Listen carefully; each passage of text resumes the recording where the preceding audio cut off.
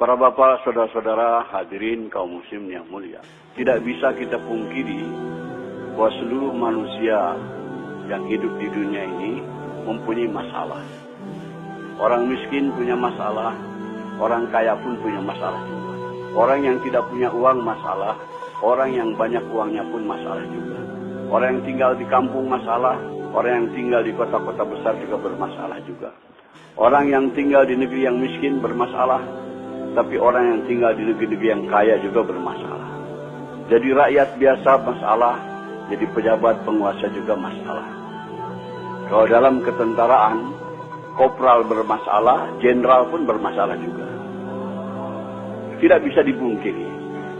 Orang yang belum kawin punya masalah, yang sudah kawin pun masalah juga. Yang belum punya anak masalah, yang sudah punya anak banyak pun masalah juga.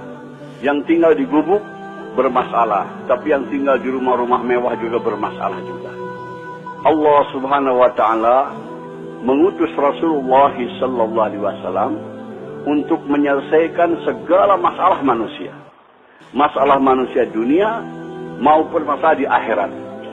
Apa yang dibawa oleh Rasulullah untuk menyelesaikan masalah manusia bukan membawa kekuasaan, bukan bawa jabatan, bukan bawa harta kekayaan, tapi yang dibawa oleh Nabi adalah agama. Jadi agama ini diturunkan oleh Allah untuk menyelesaikan masalah-masalah manusia. Siapa yang mau mengamalkan agama, mentaati Allah, ikut cara Rasul, masalahnya akan diselesaikan oleh Allah Subhanahu wa taala. Orang miskin kalau mau selesai masalahnya, tidak perlu jadi kaya. Sebab jadi orang kaya belum tentu selesai masalah. Tapi kalau orang miskin ikut agama, amalkan agama, pasti diselesaikan oleh Allah masalahnya. Setiap kita ingin kepada kehidupan yang baik, keadaan yang baik. Ini akan tercapai dengan agama. Allah Subhanahu wa taala berfirman dalam Al-Qur'an, "Man 'amila shalihan min dzakarin aw unsa wa huwa mu'min, fala yuhyiyannahu hayatan thayyibah." Barang siapa yang beramal soleh, yaitu taat kepada Allah dengan cara Rasul, baik laki-laki maupun perempuan, dan dia beriman, kami akan berikan kepadanya kehidupan yang baik. Kehidupan yang baik akan datang kepada kita bukan dengan harta, bukan dengan kekayaan, bukan dengan kemewahan, tapi dengan agama. Kalau kita amalkan agama dalam kehidupan kita ini, semua masalah kita diselesaikan oleh Allah Subhanahu wa taala. Begitu juga kehidupan kita bermasyarakat, bernegara, kalau ingin masalah-masalah selesai dari masalah masyarakat, masalah kenegaraan dan sebagainya, agama juga. Allah berfirman dalam Al-Qur'an, "Walau anna ahlal qura amanu wa taqaw la fatahna 'alaihim barakatin minas sama'i wal ardh." Andai kata penduduk suatu negeri itu iman dan takwa kepada Allah, kami akan bukakan kepadanya pintu keberkahan daripada langit dan bumi hadir. Kemakmuran, kesejahteraan, keamanan akan tercipta dengan agama, dengan taat kepada Allah Subhanahu wa taala. Maka Rasulullah SAW berjuang mati-matian memahamkan kepada umat betapa penting agama ini. Betapa penting agama ini untuk menyelesaikan masalah. Sebab manusia terkeliru, tertipu. Mereka yakin dengan yang zahir. Disangkanya dengan berharta, dengan berkekayaan, dengan berjabatan, dengan pangkat, kehidupan akan nyaman. Tidak, hadirnya mulia. Fir'aun kaya raya, jabatannya tinggi, tapi tidak taat kepada Allah, bermasalah kehidupannya. Qarun kaya raya, orang terkaya di dunia ketika itu, tapi tidak mau taat kepada Allah, bermasalah hidupnya. Namrud juga raja dunia. Dia tidak taat kepada Allah, bermasalah kehidupannya. Semua masalah-masalah datang kepada kita dari dia taat kepada Allah Subhanahu wa taala. Bukan karena pendapatan kecil, bukan karena miskin, bukan. Yang menyusahkan kehidupan kita ini adalah dosa-dosa kita sendiri. Hadirin, di Jakarta ada ungkapan kata gubuk derita. Maksudnya karena tinggal di gubuk hidup menderita. Sebetulnya yang bikin menderita bukan gubuknya, tapi dosa-dosanya hadirnya. Orang yang berdosa itu walaupun tinggal di gedung yang mewah, tetap hidupnya akan gelisah hadirnya mulia. Ketahuilah hadirnya mulia, semua kesusahan yang datang kepada kita ini akibat daripada dosa-dosa kita. Allah Subhanahu wa taala memberikan contoh yang gamblang dalam Al-Qur'an. Nabi Ibrahim alaihissalam dapat cobaan, kena hukuman bakar oleh Namrud, dimasukkan ke dalam api selama kurang lebih 40 hari 40 malam.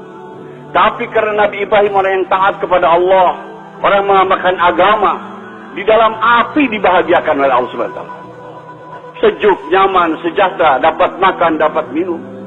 Masa di gubuk menderita? Nabi Ibrahim dalam api tidak menderita, hadirin, karena bersih daripada dosa. Andai kata hidup kita lurus taat kepada Allah, dalam gubuk pun akan dibahagiakan oleh Allah Subhanahu wa Ta'ala. Hadirin yang mulia, ini harus kita camkan, tanamkan dalam hati kita keyakinan dan beritahu dunia bahwa kebahagiaan bukan dalam kebendaan, bukan dalam kekuasaan, tapi dalam taat kepada Allah. Siapa yang tidak taat kepada Allah akan celaka hidupnya, dunianya apalagi akhiratnya. Kita bertanggung jawab atas perkara ini. Setelah Rasulullah SAW wafat, tidak akan ada lagi kedam Nabi ke dunia yang memberikan peringatan kepada manusia. Kita selaku umat Nabi Muhammad SAW beritahu kepada dunia supaya manusia ini selamat. Hanya dengan ikut cara Rasulullah, kehidupan kita akan aman, akan tentram, akan sejahtera, akan bahagia. Maaf hadirin, hidup kita bukan akan bahagia dengan modern, dengan ikut barat. Tidak ada janji Allah Subhanahu wa Ta'ala. Tapi kalau kita ikut cara Rasulullah, janji Allah ada di situ. Allah akan berikan kepada kita kesuksesan, kebahagiaan. Maka kita beritahu perkara ini. Hadirin yang mulia, Allah Subhanahu wa Ta'ala berfirman dalam hadis qudsi, "Ya ibadi, ana urid anta turid, wala yaqulu illa ma urid." Wahai hambaku, aku punya keinginan, kamu pun punya keinginan, tapi akan berlaku keinginan aku, kata Allah, bukan keinginan kamu. Wa ilan salam dari fima urid, fakaifatuka fima turid. Kalau kamu tunaikan keinginan-keinginan aku, maka aku akan tunaikan segala keinginan-keinginanmu. Tetapi kamu kalau tidak mau menunaikan keinginan aku akan susahkan engkau dalam menunaikan keinginan-keinginanmu. Dan yang akan berlaku adalah keinginan aku, kata Allah. Jadi hadirin, metode, teknik supaya keinginan-keinginan kita tercapai. Kita ingin bahagia, ingin sejahtera, ingin aman, ingin tentram. Caranya adalah tunaikan keinginan Allah. Tunaikan keinginan Allah. Kalau kita tunaikan keinginan Allah, segala keinginan-keinginan kita akan ditunaikan oleh Allah Subhanahu wa Ta'ala. Allah Subhanahu wa Ta'ala, pencipta kita, pencipta alam semesta semuanya. Dia yang berkuasa, hadirin. Allah berkuasa membahagiakan hambanya walaupun dalam gubuk. Allah berkuasa membahagiakan hambanya walaupun dalam kemiskinan. Allah berkuasa juga menyusahkan hambanya walaupun dalam istana. Allah berkuasa menyusahkan hambanya walaupun di tengah kekayaan, kaya raya. Hadirin, hanya dengan jalan taat kepada Allah. Apa keinginan Allah tadi, hadirin? Allah tidak minta diberi makan, diberi minum. Allah ingin supaya agamanya diamalkan. Kalaulah kita mengamalkan agama Allah, apa yang kita inginkan, keamanan, ketentraman, kesejahteraan, kebahagiaan akan datang kepada kita. Ini janji Allah Subhanahu wa Ta'ala. Jadi caranya adalah bukan dengan kemewahan, adalah caranya tunaikan keinginan Allah, yaitu agama. Hari ini orang ingin bahagia, agama ditinggalkan. Tambah jauh, tambah sesat, hadirnya mulia. Maka kumpul-kumpul kita di sini, hadirin, untuk memahamkan pertama kepada diri kita perkara ini. Setelah itu kita bangkit korban, beritahu ke seluruh dunia bahwa kebahagiaan bukan dalam kebendaan, bukan dalam ekonomi, bukan dalam industri, bukan dalam perdagangan, tapi dalam agama. Hari ini kesalahan umat Islam sibuk dalam perdagangan, sibuk dalam industri, sibuk dalam pembangunan, tapi tidak taat kepada Allah. Wallahi tidak akan bahagia akhirnya. Kita ingin bahagia tapi tidak ikut cara Rasul.